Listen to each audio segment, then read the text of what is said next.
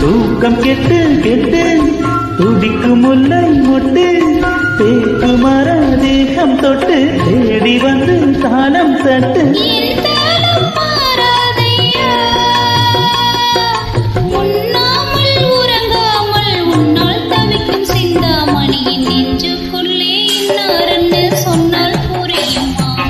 அது கொஞ்சி கொஞ்சி பேசுறது கண்ணில் தெரியுமா?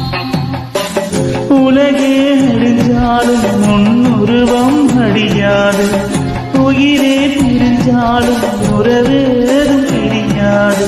உண்ணாமல் உறங்காமல் உன்னால் தவிக்கும் சிந்தாமணியின் நெஞ்சு